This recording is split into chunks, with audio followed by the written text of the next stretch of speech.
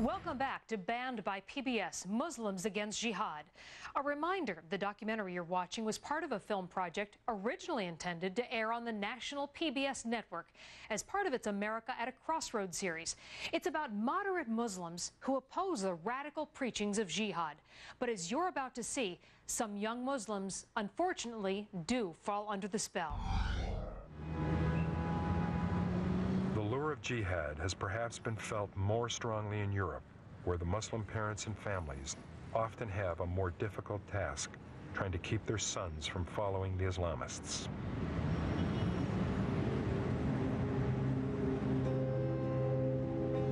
In March 2003, with war in Iraq approaching, the streets of Paris filled with protesters, many of them Muslims opposed to the war.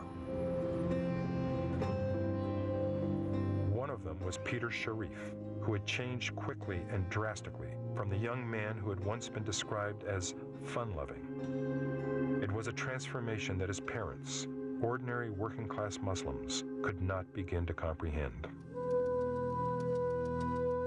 What they do know is that he met a young French-Algerian street preacher named Farid Benyatou, and after that, nothing was ever the same.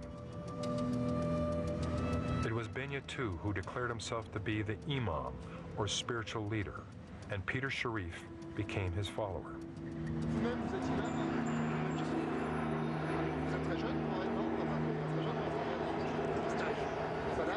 c'est quelqu'un qui dirige la prière. Il y a des imams qui vont plus loin, qui prêchent, bien. Il y a des imams qui s'arrêtent là. Ils font la prière. And yet what Benyatou was really looking for were vulnerable young men he could convince to go off and fight in Iraq. And so recruiting Peter Sharif and several others to go to Iraq, Farid Benyatou gave them physical training in one of the most beautiful parks in Paris. None of them were poor or deprived, and yet all answered the call of jihad.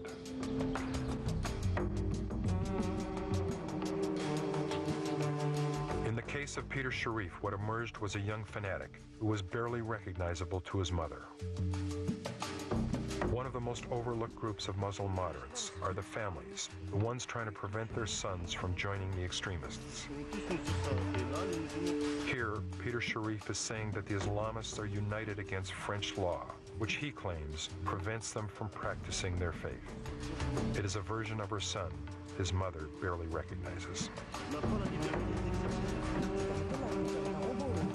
You can see Peter is not himself. You can see it in his face. He has changed since he has fallen under the influence of Benyatou. Her son Peter was soon training to go on a holy war against infidels, one of several devoted followers of the charismatic Farid Benyatou. Farid Benyatou, who never went near the war zones, was arrested by French police in January 2005. One of his 19-year-old followers became a suicide bomber in Iraq, and 2 others died in combat. Peter Sharif was captured by the American forces in Iraq.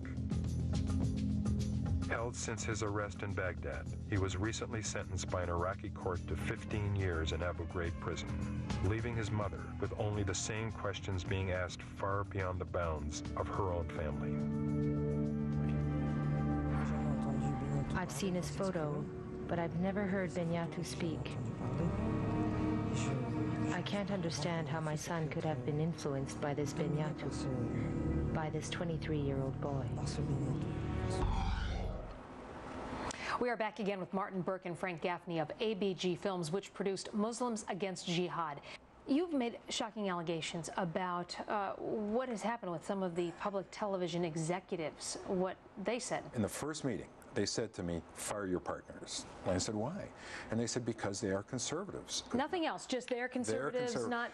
They said, well, this Gaffney guy, how do you know him? I said, I only just met Frank, and I understand he worked in the Reagan administration. And they said, well, you know, and they said to me something very interesting.